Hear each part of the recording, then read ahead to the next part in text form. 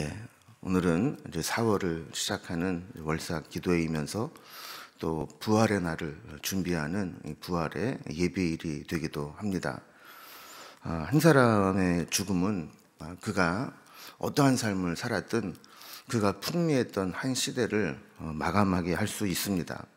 그러나 어떤 경우에는 죽음 이후에 그의 삶이 더 주목을 받고 더 큰 파장과 영향력을 나타내며 새로운 시대를 열어가게 되기도 합니다. 예수님의 죽으심이 그랬습니다. 사탄이나 세상은 예수님을 십자가에 죽게 함으로 그의 시대는 끝났다 이렇게 생각할지 모르지만 실제로는 예수님의 죽으심으로 말미암아 사망 권세에 눌려있던 세상을 찬란한 구원과 생명의 시대로 완전히 새로운 시대를 열어가는 서막이 되었습니다. 오늘 우리가 살펴보게 될 말씀은 예수님께서 비록 십자가에 달려 죽으셨지만 그것이 끝이 아니고 또 다시 살아나실 때까지 기다림의 시간이 필요했다라는 것을 보여주면서 오늘 우리에게 귀한 교훈을 주고 있습니다. 오늘 이제 본문의 구조를 보면 크게 두 부분으로 나눌 수 있는데 먼저 44절에서 46절까지는 예수님께서 십자가에서 죽으실 때 어떤 현상이 나타났는가 그 죽으심의 그 과정을 보여주고 있고요. 47절에서 마지막 절까지는 예수님이 죽으실 때 그 주변에 있던 사람들이 어떤 반응들을 보였는지 그 부분을 오늘 살펴보게 됩니다. 먼저 첫 번째로 예수님이 십자가에 죽으실 때 그때 어떤 현상이 일어났는가 하는 것을 좀 살펴보겠습니다. 먼저 이제 복음서들을 이제 종합을 좀 해보면 예수님께서 십자가에 달리신 시간표는 이렇게 됩니다. 예수님이 십자가에 달리신 시간은 오전 9시입니다. 그리고 갑자기 해가 하늘이 어두워지고 해가 빛을 잃은 시간이 정오입니다. 그러다가 성소 휘장이 찢어지고 운명하시는 시간이 오후 3시입니다. 자, 그러니까 오전 9시부터 오후 3시까지 총 6시간 동안 예수님은 십자가에 달려 계셨고 특별히 가장 밝은 낮의 정점인 정오부터 3시까지 이 3시간 동안은 해가 빛을 잃고 하늘이 어두워졌었다 이렇게 기록을 합니다. 자, 이때 또 한 가지 사건이 일어나게 되는데 성소 휘장 가운데 위에서부터 찢어졌다 하는 겁니다. 자, 그러니까 예수님이 돌아가실 때에 크게 두 가지 사건이 일어나죠. 하나는 하늘에 그 해가 빛을 잃고 온 땅에 어둠이 임했다 하는 것이고 또 하나는 성소의 휘장이 찢어졌다는 거예요. 자, 그러면 이것이 어떤 의미가 있는가 하는 것을 좀 살펴봅니다. 먼저 이 첫 번째로 해가 빛을 잃고 온 땅에 어둠이 임했다는 게 무슨 의미인가? 44절을 보면요. 때가 제6시쯤 되어 해가 빛을 잃고 온 땅에 어둠이 임하여 제9시까지 계속하여 그랬습니다. 자, 일반적으로 헬라식 그 시간과 이 로마식 시간이 다르긴 한데 보통은 이 성경에 나타난 숫자에 더하기 6 정도를 하면 지금 우리가 사용하는 시간을 알 수 있습니다. 6시쯤 되어서 해가 빛을 잃었다 하는 건 6 더하기 6 하면 12시가 되는 것이죠. 정오에 해가 빛을 잃고 온 땅에 어둠이 임했다는 겁니다. 그래서 9시까지 오후 3시까지 계속 이 어둠 가운데 있었다는 겁니다. 그럼 마치 이제 초가 다 타가지고 촛농이 다 사라지거나 또 등잔에 기름이 다 하게 되면 그 밝히던 심지가 서서히 깜빡깜빡하면서 불이 꺼져 가듯이 예수님의 생명의 육신의 생명이 끊어져 갈 때 하늘이 빛을 잃고 온 땅에 어둠이 임해서 3시간 동안 온 땅이 어둠에 잠기게 되었다는 겁니다. 성경학자들은 이 3시간 동안이나 임했던 어두움이 어떻게 일어난 것인가 그러면서 몇 가지 이제 가능성들을 이야기하는데 어떤 이는 짙은 구름으로 인해서 해가 오는 것을 차단시켜서 어둠이 임했다. 여러분, 우리도 이제 가끔 보면 그 낮인데도 불구하고 이 먹구름이 잔뜩 껴가지고 온 하늘을 뒤덮으면 그냥 막 마음이 막 음산할 정도로 어두움을 느낄 때가 있지 않습니까? 그런 것이 아닌가 해석을 하기도 하고, 또 어떤 이는 일식 현상이 일어났을 것이다. 그래서 이 해가 달의 그림자에 가려져서 그 일로 인해서 그 어두움이 임했을 것이다. 그리고 또 어떤 이는 그게 아니라 이것은 하나님께서 이 시간에 어떤 메시지를 주시기 위해서 초자연적인 현상을 일으켜서 온 땅을 어둡게 했을 것이다, 이렇게 해석을 하기도 합니다. 자, 그러나 어둡게 한 방법이 중요한 것이 아니고, 한 가지 이 어두움이 중요한 메시지는 뭐냐면, 이 어두움이 임함으로 인해서 하나님의 진노가 이 세상에 임하게 되었다라는 것을 의미한다는 겁니다. 여러분, 정오는 낮의 정점이죠. 가장 밝은 시간이고 낮 가운데서도 가장 정점에 있는 시간입니다. 그런데 그 시간에 해가 빛을 잃고 온 땅에 어둠이 임했다라고 하는 것은 하나님께서 인간의 죄에 대한 진노를 쏟아내셨다라는 것을 나타낸다는 거예요. 그리고 그 진노를 십자가에 달리신 예수님께서 다 받고 계셨다는 거죠. 그래서 마치 번개가 칠 때 이 피뢰침이 이렇게 세워져 있으면 그 번개가 다른 곳에 낙뢰로 떨어져서 어떤 사고를 만들어낸 게 아니라 그 피뢰침이 온몸으로 그 번개를 다 받아내듯이, 하나님의 진노가 이 죄에 대한, 인류의 죄에 대한 진노가 이 땅에 떨어질 때, 그때 예수님께서 그 진노를 십자가에서 다 받으시고 이 땅에 그 하나님의 이 죄의 진노의 저주를 다 감당하시는 사건이 바로 십자가, 이것을 우리에게 보여주셨다라는 겁니다. 그래서 그 결과 해가 빛을 잃고 이 땅에 어둠이 임했다라는 거예요. 자, 두 번째, 예수님 십자가에 달려 돌아가실 때 일어난 사건은 성소 휘장이 찢어지는 사건입니다. 45절에 보면 성소의 휘장이 한 가운데가 찢어지더라 그랬습니다. 이 유대인들에게는 이 성소와 지성소를 구분하는 이 휘장을 찢는다라는 것은 상상할 수 없는 일이었습니다. 이 복음서들을 종합해 보면 이 성소가 가운데가 찢어질 때, 특별히 마태복음 같은 경우는 위에서부터 아래로 찢어졌다, 이런 표현을 쓰고 있어요. 위에서부터 아래로 찢어졌다는 얘기는 아래에서 사람이 찢어가지고 벌린 게 아니라 하나님께서 그것을 찢으셨다라는 것을 의미한다라는 것이죠. 하나님께서 왜 이 예수님의 죽으심과 성소의 휘장을 찢으시는 것과 연결을 시키셨을까요? 무슨 관계가 있으셨을까요? 여러분, 보통 휘장이 있을 때 그 성소로 들어가는 그 문이 휘장으로 되어 있죠. 그것은 하나님의 은혜에게 누구든지 그 휘장을 통해서 들어갈 수 있다는 것을 보여주는 휘장입니다. 그런데 성소 안에 들어가서, 성막 안에까지는 누구든지 초청받아서 들어갈 수 있지만 성소 안에 들어가서 지성소로 들어갈 때 있는 이 휘장은 사람이 더 이상 들어갈 수 없는 경계선입니다. 그런데 그 휘장이 찢어졌다는 이야기는 뭐냐면, 사람이 하나님 앞에 나아갈 때 장애물이 되거나 경계가 되는 것이 사라져 버렸다는 거예요. 그 이전까지, 구약까지 이스라엘 백성들의 생각 속에는 하나님은 지성소에 임재하시고, 우리가 하나님의 임재를 경험하고 그분 앞에 죄사함을 받기 위해서는 그 대제사장만이 허락한 시간에 그 휘장을 통해서 지성소로 들어갈 때에만 하나님의 임재를 경험하고 만날 수 있다, 이렇게 생각을 해오면서 하나님을 예배하고 제사를 드려왔던 겁니다.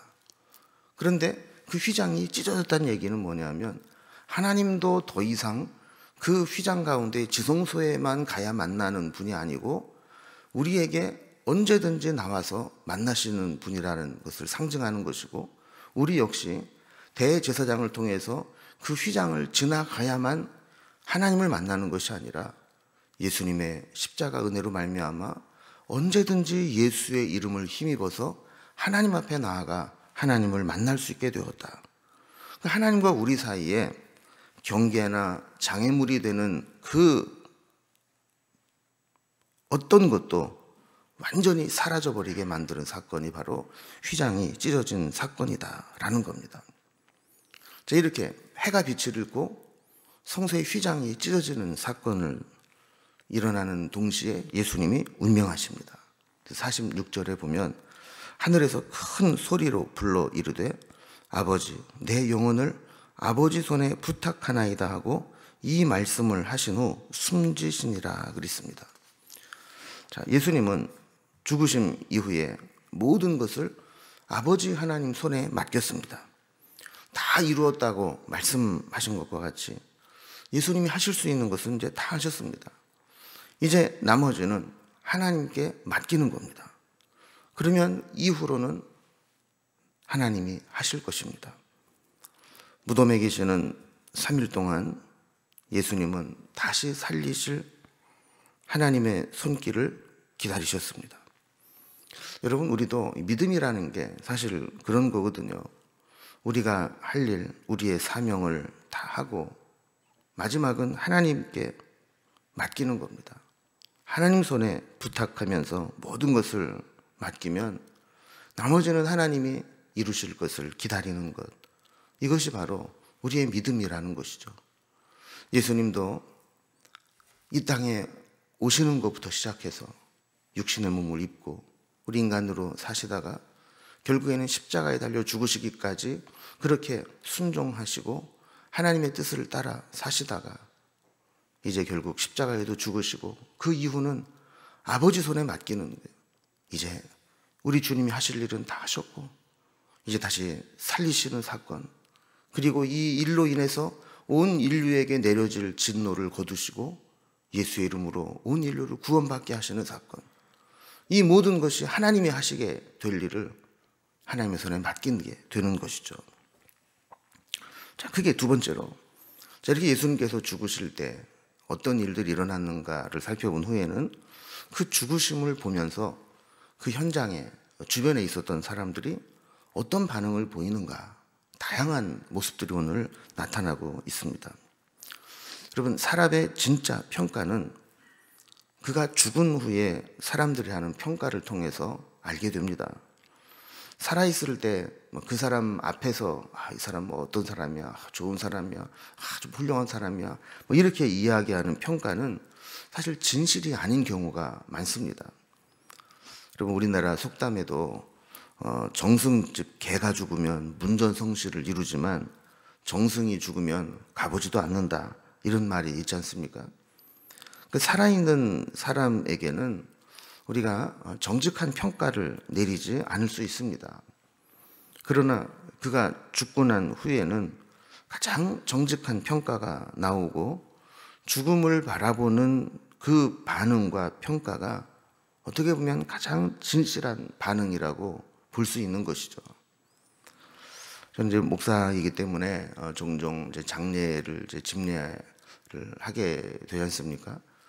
그런데 그때 이제 그 상가까지 가는 차 안에서 이 성도님들이 하시는 이야기들을 이렇게 종종 들어보면 그때 그분들이 장례식장에 가면서 하시는 그 평가가 어떻게 보면 가장 정직한 평가가 아닌가, 이런 생각을 해보게 되는 거예요.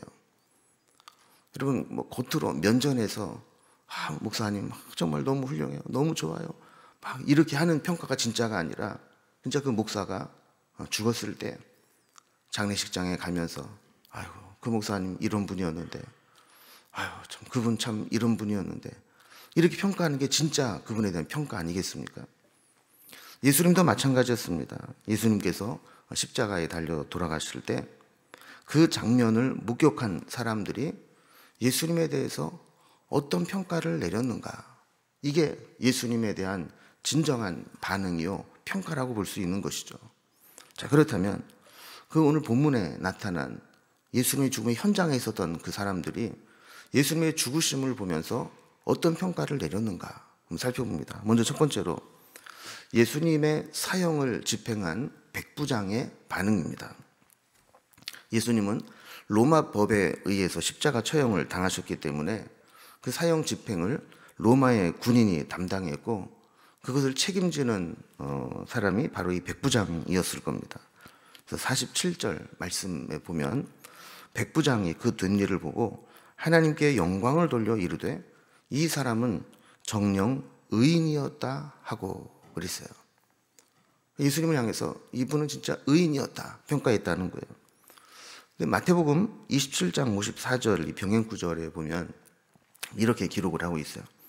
백부장과 및 함께 예수를 지키던 자들이 지진과 그 일어난 일들을 보고 심히 두려워하여 이르되 이는 진실로 하나님의 아들이었도다 하더라 그랬습니다. 이 두 구절을 우리가 좀 종합을 해보면 누가복음에는 예수님이 돌아가실 때 그냥 해가 빛을 잃고 온 땅에 어둠이 임했다라고만 기록을 하고 있지만 마태복음에 보면 지진이 일어났었다 이런 이제 이야기도 기록되어 있습니다. 그 백부장은 이 지진이 일어나고 해가 빛을 잃은 어두움의 시간이 3시간이나 계속되고 이런 현상을 보았다는 것이죠. 그리고 뭐 성경에 기록은 없지만 이 백부장은 그동안 되었던 이 재판 과정과 빌라도의 무죄 선언 그리고 예수님께서 그 죽으심을 대하시는 자세 오히려 자기를 죽이고 모욕하는 자들을 향해서 하나님께 기도하면서 저들이 몰라서 저러는 거니까 저들의 죄를 사해달라고 기도하는 그 모습 그리고 죽음의 순간에 하나님을 향하여 아버지라고 부르며 기도하는 그 모습 그리고 그도 로마의 관리로서 군인으로서 그동안 그가 들은 예수님에 대한 소문, 자료들 이런 것들을 분석하면서 백부장이 내린 결론이 뭐냐 하면 이분은 하나님의 아들이었다. 이분은 죄가 없으신 의인이었다. 이런 결과를 내릴 수밖에 없었다라는 것이죠. 죽이지 말아야 될 자를 죽게 했다는 것을 깨닫게 된 겁니다. 그는 어쩔 수 없이 로마의 군인으로서 집행되는 과정을 그가 진행을 해야 했긴 했지만 결국 예수님의 죽으심을 보면서 내가 죽여서는 안 될 의인을 죽였구나. 하나님의 아들인데 어쩔 수 없이 죽였구나. 이런 이 한탄 이런 모습들이 이 말 속에 담겨져 있는 것이죠. 다른 죄수처럼 자기 죄 때문에 죽은 것이 아니라 죄 없으신 의인이 억울한 죽임을 당했다는 것이 이 백부장의 입을 통해 사형을 집행했던 책임자에 의해 증언된 겁니다. 두 번째, 예수님의 죽음에 대한 반응은 거기에 구경하러 모였던 많은 무리들이 있었습니다. 십자가 처형이 공개적으로 집행이 되면서 그동안 숨어 있었던 예수님께 은혜를 입었던 많은 사람들이 그 마지막 예수님의 모습을 보기 위해서 모였습니다. 48절에 보면 이를 구경하러 모인 무리도 그 된 일을 보고 다 가슴을 치며 돌아가고 그랬습니다. 예수님을 진짜 아는 사람들은 아무리 생각해도 예수님이 저렇게 죽어서는 안 된다는 확신을 가지고 있었기 때문에 십자가에 달려 죽으시는 예수님의 모습을 보면서 안타까움에 가슴을 치며 슬퍼했다라는 겁니다. 참 안타까운 일이죠. 그들이 예수님의 죽으심을 보면서 할 수 있는 게 아무것도 없습니다. 그저 그 현장에서 가슴을 치면서 저분이 저렇게 끝내서는 안 되는데 저렇게 돌아가서는 안 되는데 이렇게 안타까워했다라는 겁니다. 세 번째 부류의 반응은 예수를 아는 자들과 갈릴리로부터 따라온 여자들이 있었는데 그들의 반응입니다. 49절 말씀을 보면 예수를 아는 자들과 갈릴리로부터 따라온 여자들도 다 멀리 서서 이 일을 보니라 그랬습니다. 자, 예수를 아는 자들이 누굴까? 특별히 예수를 아는 자들이라고 표현한 사람이 누굴까? 성경학자들은 아마도 그들이 도망갔던 예수님의 제자들 중에 몇 명이 아닐까 이렇게 생각을 하기도 합니다. 또 갈릴리로부터 따라온 여자들은 누굴까? 아마도 예수님과 연관이 있었던 예수님의 가족 또 혹은 친족들까지 아닐까 이렇게 이제 보기도 하는 거죠. 어쨌든 중요한 것은 이들은 예수님과 특별한 연관이 있었던 사람이라는 것이죠. 그러니까 단순히 그냥 예수님의 소문을 듣고 따라다니던 사람이 아니라 예수님과 특별한 관계를 맺고 있었던 사람들인데, 이들은 멀리 서서 이 일을 지켜보았다 그럽니다. 예수님과 공범으로 몰릴까 봐 두려워서 그랬는지, 아니면 차마 슬픔을 이기지 못해서 멀리 따라와면서 보면서 그랬는지는 모르지만, 한 가지 분명한 것은 차마 그 자리를 떠나지는 못하고 지켜보고 있지만 가까이 하지 못하고 그저 멀리 서서 지켜보고 있는 이들이 있었다는 겁니다. 이 특별히 여인들은 요한복음에 기록된 이 니고데모의 일을 알지 못했던 것 같아요. 니고데모가 이 향품을 가져다가 예수님의 시신을 잘 수습하지 않습니까? 근데 그것을 잘 몰랐던 것 같아요. 그래서 오늘 본문 55절과 56절에 보면, 갈릴리에서 예수와 함께 온 여자들이 뒤를 따라 그 무덤과 그의 시체를 어떻게 두었는지 보고 돌아가 향품과 향유를 준비하더라. 계명을 따라 안식일에 쉬더라. 그랬습니다. 자, 그들은 마지막으로 예수님의 시신을 수습하기 위해서 이제 십자가에 달려 돌아가신 예수님을 어디에 안치했는지 그 위치를 확인하고 돌아갔다라는 거예요. 마음 같아서는 향품과 향유를 준비해서 바로 발라드리고 싶었지만 안식일이 되어서 움직일 수가 없었고, 그들이 할 수 있는 것은 예수님이 어디에 안치됐는지 확인을 하고 안식일이 끝나면 이제 그 시신에 향품을 발라드리기 위해서 그렇게 준비했다, 이렇게 기록을 하고 있습니다. 그리고 마지막 네 번째로 중요한 인물이 나옵니다. 예수님의 죽으심 앞에 아리마대 사람 요셉의 반응이 나오게 되는데, 성경을 종합을 해보면 예수님이 죽으셨을 때 예수님의 시신을 수습하기 위해서 하나님이 예비해 두신 숨은 제자가 2명 나오게 됩니다. 하나는 아까 잠깐 언급을 해드린 것처럼 요한복음 3장에 이 밤중에 예수님을 찾아왔던 니고데모라는 사람 있지 않습니까? 그 사람이 한번 등장을 하고, 또 한 사람은 아리마대라는 지역 출신의 요셉이라는 사람입니다. 니고데모는 요한복음 3장에 등장한 이후에 한 번도 나오지 않습니다. 그러다가 예수님이 십자가에 달려 돌아가실 때 모략과 침향 섞은 것을 100리트라쯤 가져와 세마포로 쌀 때 사용하더라 그랬어요. 지금까지 드러나 있지 않았지만 예수님의 죽으신 그 순간 그가 할 수 있는 귀한 향품들을 가져와서 세마포로 쌀 때 그것을 닦아드렸다는 겁니다. 또한 아리마대 사람 요셉은 그가 쓰려고 준비했던 무덤을 예수님께 드렸습니다. 결과적으로 드린 게 아니라 빌려드린 게 된 거죠. 예수님 부활하셨으니까.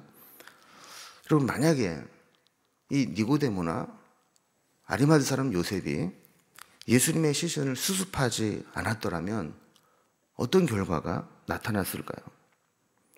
당시 예수님의 죽음을 진지하게 인식하고 준비한 사람은 한 명도 없었습니다.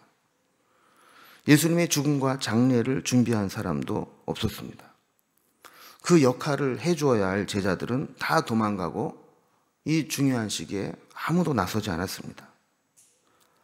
만약에 이렇게 십자가에 달려 죽으시고 안식일이 가까이 오면서 빨리 나무에서 내려서 시신을 매장해야 될 때 예수님의 시신이 무연고 시신이 되어서 그냥 방치되었거나 공동묘지 같은 곳에 그냥 분실되었다면 후에 예수님의 부활을 입증하는 중요한 단서가 사라져버리는 결과가 나타나게 되는 것이죠. 그래서 주님은 십자가에 달려 죽으실 때 그동안 드러나지 않던 숨은 제자 이 2명을 통해서 예수님의 십자가에 달리기까지 훼손되거나 또 찢기신 그 시신이 다른 곳에 방치되거나 섞이거나 분실되지 않도록 철저하게 수습해서 그 무덤에 안치해 두었다가 부활의 날 영광스럽게 부활하게 되는 그 중요한 단서를, 증거를 만들어 놓았던 겁니다. 요셉은 어떤 사람이었을까요? 오늘 본문에 보면 50절 51절에 요셉을 이렇게 소개합니다. 공회 의원으로 선하고 의로운 요셉이라는 사람이 있으니 그들의 결의와 행사에 찬성하지 아니한 자라. 그는 유대인의 동네 아리마대 사람이요 하나님의 나라를 기다리는 자라 그랬습니다. 요셉이 어떻게 예수님에 대한 믿음을 갖게 되었는지는 성경에 나와 있지 않습니다. 그러나 그가 이런 결정을 한 것이 얼마나 어려운 일이었는가는 보여줍니다. 그는 공회 의원이라 그랬어요. 성경에서 말하는 공회는 산헤드린 공회를 이야기하지 않습니까? 여기에서 예수님을 십자가에 못 박아 죽이려고 결의할 때 찬성하지 않은 자라는 거예요. 여러분, 이게 얼마나 힘든 일입니까? 국회의원들도 당론을 거스르면서 혼자 당론으로 정한 안건에 대해서 반대표를 던지게 되면 엄청난 압박을 받게 됩니다. 아리마대 사람 요셉이 어떻게 믿음을 갖게 되었는지는 모르지만 산헤드린 공회의원이면서 선하고 의로운 사람이라는 평가를 받았고 하나님의 나라를 기다리며 살았다 그랬습니다. 그에 대한 기록은 여기 말고 다른 곳에는 나와 있지 않습니다. 52절과 53절에 보면 그가 빌라도에게 가서 예수의 시체를 달라 하여 이를 내려 세마포로 싸고 아직 사람을 장사한 일이 없는 바위에 판 무덤에 넣어두니 그랬습니다. 친히 빌라도에게 찾아가서 오늘 사형이 집행된 예수의 시신을 제가 수습하겠습니다. 저에게 내어주십시오. 이렇게 이야기를 하고 자기 무덤에 그걸 안장했다라는 겁니다. 여러분, 이거는 대단한 모험입니다. 자칫 잘못하면 예수님과 공범으로 의심받을 수도 있고 유대인들에게는 낙인 찍혀서 나중에 재기불능의 상태에 빠질 수도 있습니다. 그러나 그는 결단해야 될 때 과감하게 나섰고 어떤 불이익과 그로 인한 피해와 압박도 감내해냈던 겁니다. 이렇게 니고데모도 관원이라고 그랬죠. 또 아리마대 사람 요셉도 공회원이라고 그랬죠. 이 중요한 일을 감당하게 될 때 나서는 이 두 사람의 모습을 보면서 여러분, 하나님의 일을 하는 데는 막 앞장서서 막 적극적으로 주도해 나가는 사람도 필요하지만 또 여러 가지 상황과 형편과 사정 때문에 평소에는 적극적으로 나서지 못하지만 필요할 때 귀하게 쓰임받는 사람도 필요하다는 것을 보게 됩니다. 이들은 평소에 잘 드러나지 않고 사람들 앞에서 주를 위해서 뭐 어떤 일을 했다라는 것이 기록된 게 하나도 남아있지 않습니다. 반면에 복음서에 보면 제자들에 대한 이야기는 수도 없이 나오죠. 그러나 결과적으로 어떻습니까? 이 십자가 앞에 제자들은 다 도망간 상황에서 예수님의 시신을 수습하고 부활의 증거로 남겨두기 위해서 귀한 사명을 감당했던 니고데모와 요셉, 이 두 사람은 평소에는 그가 공회원이라는 신분 때문에 드러내놓고 주를 위해 할 수 없었지만 그분이 돌아가시는 그 순간 자신들이 해야 될 몫을 아무도 하지 못했던 일들을 그가 감당했던 것을 보게 됩니다. 여러분, 우리도 뭐 환경이 어때서, 상황이 어때서, 지금 형편이 어때서 늘 이런 핑계만 대다가 끝까지 우리 주님 앞에 제대로 한번 쓰임받지도 못하고 끝내는 인생이 될 수도 있습니다. 그러나 요셉과 니고데모처럼 평소에는 드러나지 않고 요란하게 믿지 않아도 필요한 순간에, 결정적인 순간에 다른 사람들이 하기 힘든 헌신과 결단으로 귀하게 쓰임받는 인생이 될 수도 있습니다. 이제 오늘 말씀을 마무리합니다. 만약에 우리가 그 당시 현장에 있었다면 우리는 어떤 모습으로 예수님의 십자가에 반응했을까요? 어쩔 수 없이 예수님을 십자가에 처형하는 역할을 감당했지만 그분이 하나님의 아들이었다고 고백하면서 하나님께 영광을 돌린 백부장이 있었습니다. 또 예수님이 죽으시는 장면을 지켜보면서 차마 할 수 있는 것이 아무것도 없어서 가슴만 치고 돌아가는 무리들도 있었습니다. 또 예수님과 연관이 있는 자들이지만 떠나가지도 못하고 멀리서 지켜보고만 있었던 자들도 있습니다. 마지막으로 평소에는 드러나지 않았지만 결정적인 순간에 믿음을 드러내고 귀하게 쓰임받았던 니고데모와 아리마대 사람 요셉도 있었습니다. 만약에 우리가 타임머신을 타고 예수님의 십자가의 그 현장 2021년 전으로 돌아가, 아니 2000년대로 돌아가 그곳에서 십자가 밑에 있었다면 우리는 어떤 모습으로 그 십자가를 지키고 바라보고 반응을 보였을까요? 부활의 날, 내일 부활의 영광을 기다리면서 오늘 하루 우리의 모습을 돌아보는 시간이 되기를 바랍니다.